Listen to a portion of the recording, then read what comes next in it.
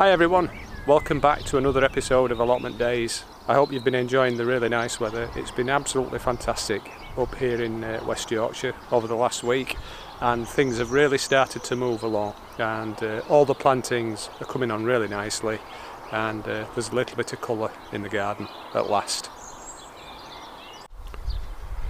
Well, as you can see, the legumes have got off to a flying start. I didn't sow them in guttering this year, but instead in broad drills.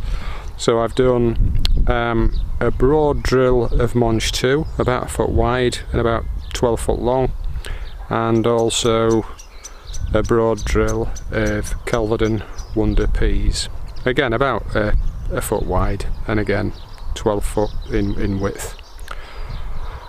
I've also sown a broad drill of dwarf French beans, and these are the Stanley variety, which I've shown in previous updates, and these have just started to germinate and come through, as you can see, and I've just been round, watered and spread some organic snug pellets as well, just for good measure, and then hopefully tomorrow I'll get another section of netting and hoops and get this covered up. We'll get a cloche up over these because the rabbits like them, and they've been making their way onto the site in the last couple of weeks, so they're obviously hungry and sensing that things are growing. We'll take a look at the parsnips and the onions before moving on to look at some of the brassicas that I've planted out. Notwithstanding the slow start that the onion sets had this year, they've really come on in leaps and bounds over the last 3 or 4 weeks. The warm weather's really helped, and it's been really bright. We've had really good quality light, blue skies nearly every day, and I've watered as well, probably every other day. So they're looking really nice now. We've got the 3 varieties, the same as last year: the Caravel Pink, the Santero Heat Treated White, and the Heat Treated Red Baron. And as you can see, they're a lovely verdant green, the stalks, and the bases of the onions are starting to thicken up nicely. If we just look over onto the adjacent bed, you'll see that the overwintering onions are doing okay as well. We've got the, I think it's Germo, the overwintering shallot on the left here, and I think we've got about 20 bunches here, only one of which has gone to seed so far. And on the right we've got the overwintering white onion, and these, because they've been watered quite regularly, they're starting to bulb up quite nicely as well. And to date I've had about 3 of those go to seed as well, but hopefully within the next 3 to 4 weeks we'll be able to start eating some of these. So the onions are doing quite well. Parsnips are not known for being great at germination, but this year they've not disappointed. We've got 6 rows, 3 varieties, 2 of each, and they are in alphabetical order, if I can remember: Albion, Gladiator and the Student. And I just, while we're looking at these, I'd just like to point out something about watering, and it's probably something that most of you are aware of, but some may not be. As you can see from the pattern of watering, I've watered all of my young seedlings and plants with watering cans. Now I do have 2 really long hoses that are about 120 feet long, but I've chosen not to use them this season, certainly not until the plants get well established. And the reason for that, the primary reason, is to avoid weed seed germination. And if you look carefully at the areas that have been watered, you'll see that there are quite a few weeds alongside the parsnip seeds that have germinated. By contrast, the area that's not been watered is as good as weed free. Now, lots of people think it's easier to water with a hose, and I have to admit, when it's really hot and you've a lot of ground to cover, it does seem easier, but you don't actually save a great deal of time because you're trying to saturate the whole area. You would be trying to saturate this whole bed, and you'd probably take as long trying to do that as directing your water with a watering can at your rows of seedlings. But the big difference really with a watering can is you save yourself time in the long run, because you're not having to do as much weeding. So we've got a few potatoes that have popped up, but potatoes aside, the areas that are not watered all the way around the perimeter and in between the rows of seedlings, they're completely weed free, and that's simply because they've not been watered. So I would, if you can carry watering cans and you've not got a bad back, I would highly recommend that you do that. Invest the time in directed watering, maybe every other day or as often as you need to, but try and leave the hose alone if you can. Most of the new potatoes are making their way through the surface of the soil now, and I would say most of the rows have got, I would say the majority of the potatoes showing, and some of them are a little bit more advanced than others.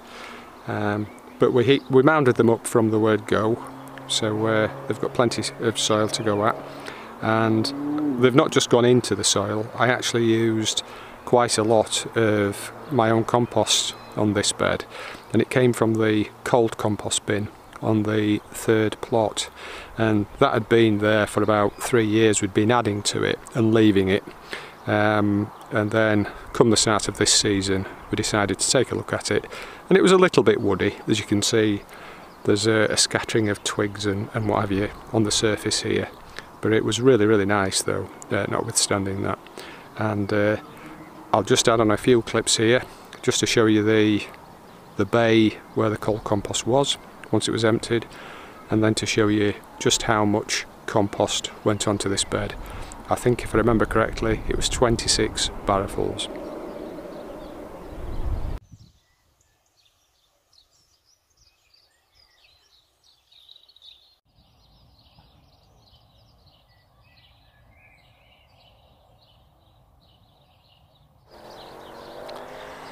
The main crop potatoes are doing just as well as the earlies. The King Edwards and the Picasso, as you can see, there are about 7 seed potatoes in each row, and we've got 6 rows, 3 of each variety, and they're all coming through nicely as well.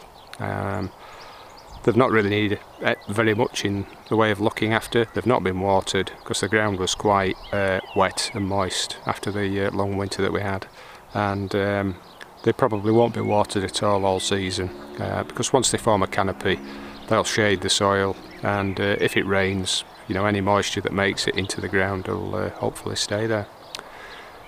Right, so that's the potatoes. We're looking at the beans on the 4th plot now, and in front of me on the climbing frame, if you want to call it that, we've got the climbing beans in, and we've got the variety that I inherited, I'm not certain what the name of that one is, and the Cobra. And you can see the Cobra is quite a robust bean with a slightly bigger leaf, and they're the ones on this side of this frame. And just at the back there, look how the broad beans have grown. I showed you these about a week ago, and I would say in the last week they've put on about 6 or 8 inch.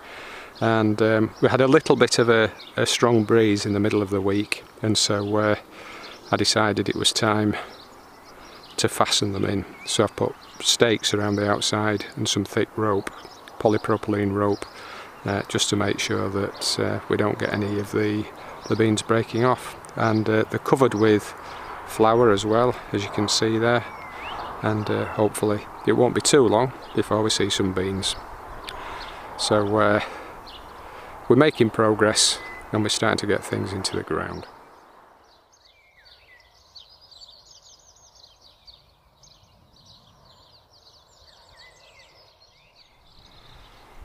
We're looking from the 3rd allotment now across the 2nd and 1st, and you can see on the 1st, if I zoom in a little bit, that we've got a cloche just there in the middle of the shot, and that cloche is covering 8 broccoli plants, and the variety is Beaumont, and they hardened off nicely and went in at the start of this last week, and they're looking really healthy.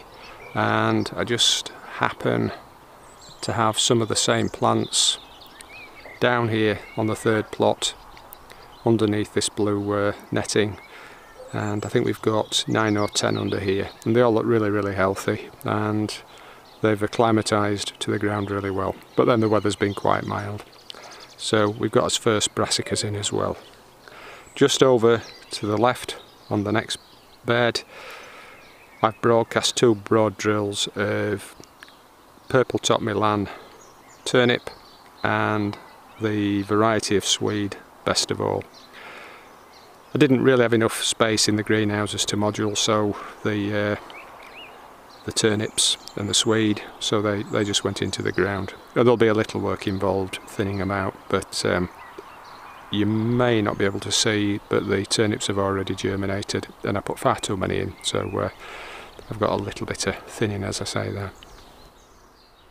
Well, on the maintenance front, at long last, it's taken about 18 months, I've managed to tidy up around all of the first 3 greenhouses, and I had the old raspberry canes just here on the right hand side of the top greenhouse, and I've moved them over to the other side, and I've weeded all the way around both sides and covered it with manure, and I've weeded as well at the back of this greenhouse, and then all the way around the shed and down to where the baths were, and that's where the biggest change has been.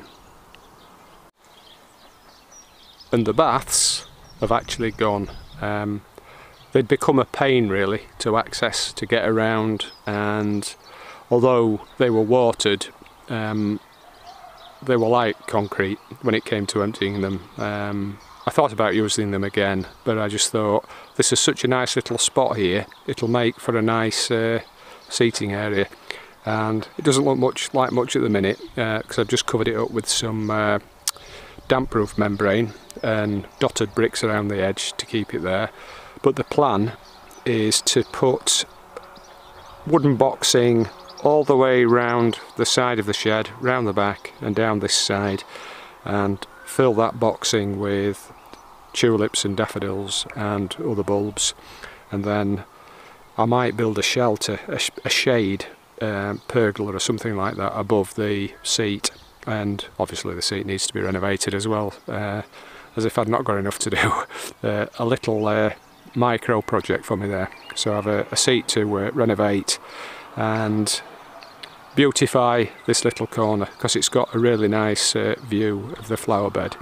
Nothing to see in the flower bed at the moment, apart from a few spears of gladioli plants, but come the end of July, August, there should be a spectacular view from this seat. But it's tidy, and I've tidied all of the weeds around the greenhouse as well. We'll finish off now taking a quick look at the new half plot, and you saw in the last episode the new greenhouse, the 16 by 8, but what you didn't see was the raised beds that we've managed to knock up as well. We've got 4, and as you can see looking up the plot, it rises quite a bit, probably by about 1 metre from the base of the greenhouse to the back of the plot, and so we've had to step the beds up as we've gone. We've literally had to hack out the ground. We've got one down at the side here as well, and this has had the ground turned, then a dozen sacks of spent hops, soil, and then this morning 10 barrelfuls of well rotten manure, and the manure's about 18 months old, I would say. It's actually quite good. That will be dug in, and I think we'll be putting brassicas in here at some point over the next month. We'll take a look at the back half of the plot. You can see, looking at the base of the greenhouse and where the water butt is there at the back, just how much we've had to excavate to get that greenhouse in, and we went about 1.20 metre further than we needed to, so that we could accommodate a couple of water butts.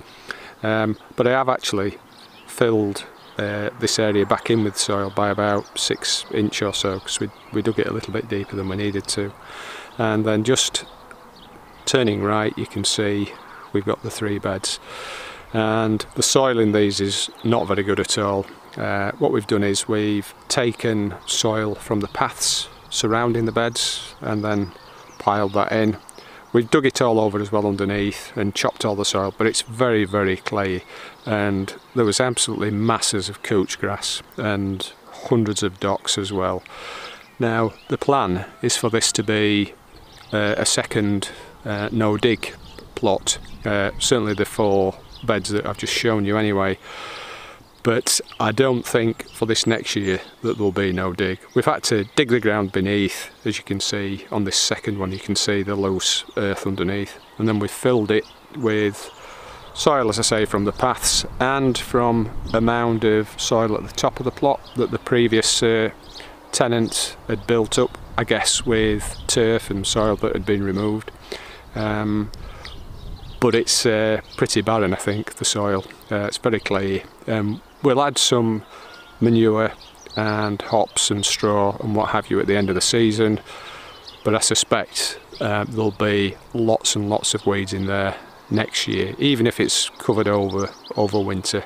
So I'm hoping I don't have to dig it next year, but if there's any major presence of couch grass, then I will try and clean the beds again and then try for a full no dig the year after, but we'll just have to wait and see. And on cue, the horses have been let into the paddocks at the side. Quite frisky when they get into the long grass. I know just how they feel. Right, well that's it for this update. Thanks very much for watching, and I'll catch you again soon. Take care, all the best.